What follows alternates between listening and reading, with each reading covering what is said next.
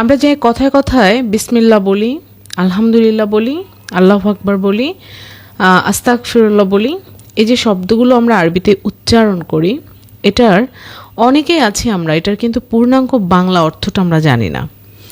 অনেকেই অন্যরা বলে তাই বলে, কিন্তু আমি ম্যাক্সিমাম মানুষের সাথে কথা বলতে গিয়ে খেয়াল করেছি কখন আসলে আলহামদুলিল্লাহ বলতে হয় আর কখন সুবহানাল্লাহ বলতে হয় এটি অনেকে জানে না। আমি আমার ক্ষুদ্র জ্ঞান থেকে আজকে এই ছোট্ট ভিডিওটি আপনাদের সাথে শেয়ার করে নিতে চাই। আমি সম্পর্ক দাঁড়াচ্ছি আপনাদের সাথে, আশা করি পুরো ভিডিও দেখলে নিশ্চয়ই উপকৃত হবেন। নাম্বার 1, বিসমিল্লাহ। বিসমিল্লাহ অর্থ হচ্ছে আল্লাহর নামে শুরু করছি। নাম্বার 2, আলহামদুলিল্লাহ।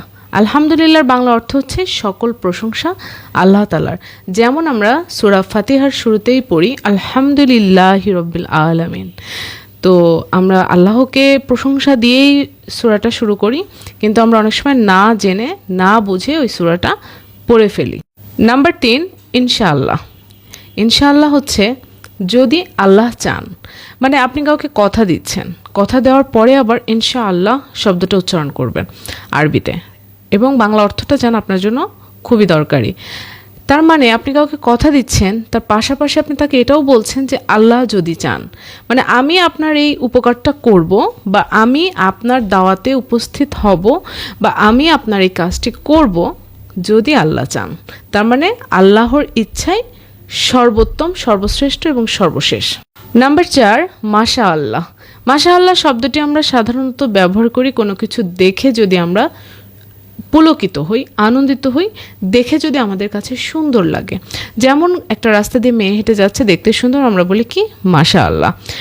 তারপর আপনি পাহাড়ে ঘুরতে গিয়েছেন, চারপাশের প্রকৃতি দেখে আপনি কি বলবেন মাশা আল্লাহ। তারপর আপনি আল্লাহর সৃষ্টি এমন অনেক কিছু পৃথিবীতে আছে, সব কিছুই আল্লাহর সৃষ্টি, তো আপনার খুব ভালো লাগলো, তখন আপনি কি বলবেন মাশা আল্লাহ। এই জায়গাগুলোতেই মানুষ ভুল করে। যদি বাংলা অর্থ আপনি জেনে রাখেন তাহলে কিন্তু আজকের পর আর কোনো ভুল হবে না। নাম্বার 5, অনেক সময় মানুষ আমাদের কাছে দোয়া চায়। অনেক সময় মানুষ আমাদেরকে ফোন করে বলে আমার এই কাজটা আগামীকাল করতে যাব, তুমি একটু দোয়া করো। আমরা কি বলি? ফি আমানিল্লাহ। কেন বলি? আমরা অনেক সময় মানুষের মুখে মুখে শুনে বলি, কিন্তু ফি আমানিল্লাহ শব্দের বাংলা অর্থ কি আমরা অনেকেই জানি? ফি আমানিল্লাহ শব্দের বাংলা অর্থ হচ্ছে আল্লাহর নিরাপত্তায়। মানে ইনস্ট্যান্ট আপনি আপনার সেই শুভাকাঙ্ক্ষীকে বলে দিলেন যে আল্লাহর নিরাপত্তায় তুমি এই কাজটি করবে। মানে একটা ইনস্ট্যান্ট উত্তর বা দোয়ামূলক একটা বাক্য আপনি ব্যবহার করতে হবে, সেই কারণে আপনি কি বলবেন? ফি আমানিল্লাহ। নাম্বার 6, আস্তাগফিরুল্লাহ। আস্তাগফিরুল্লাহ আমরা যখন বলি, আমরা অনেকেই জানি না, বা অনেকে ম্যাক্সিমাম আমরা জানি কিন্তু অনেকেই জানি না। সেটা কি?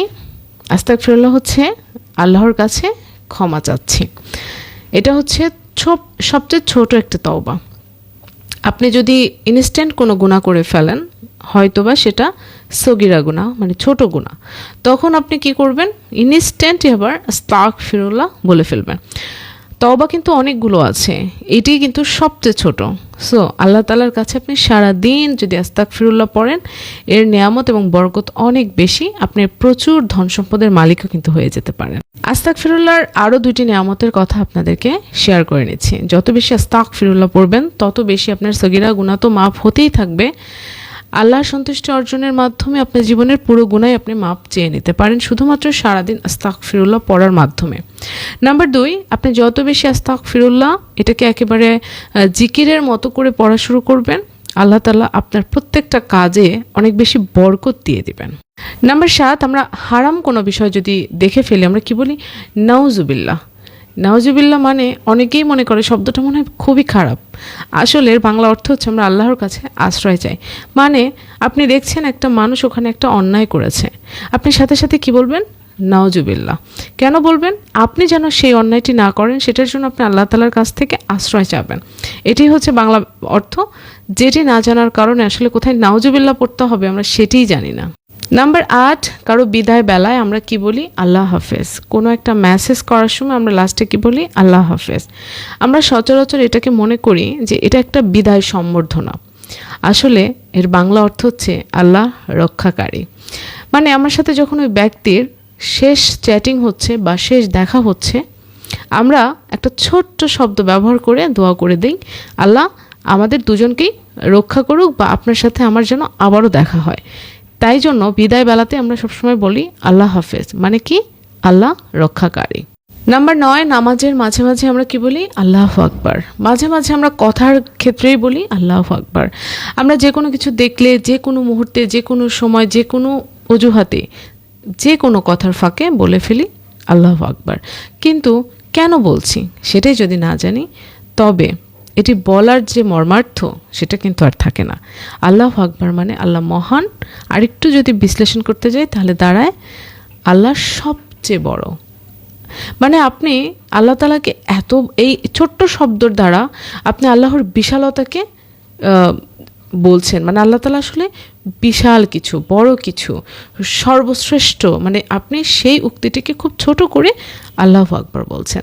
দেখুন আজানটা কিন্তু শুরু হওয়ার সময় আল্লাহু আকবার দিয়ে শুরু হয়। তার মানে আল্লাহর বিশালতা দিয়েই কিন্তু সব কিছু।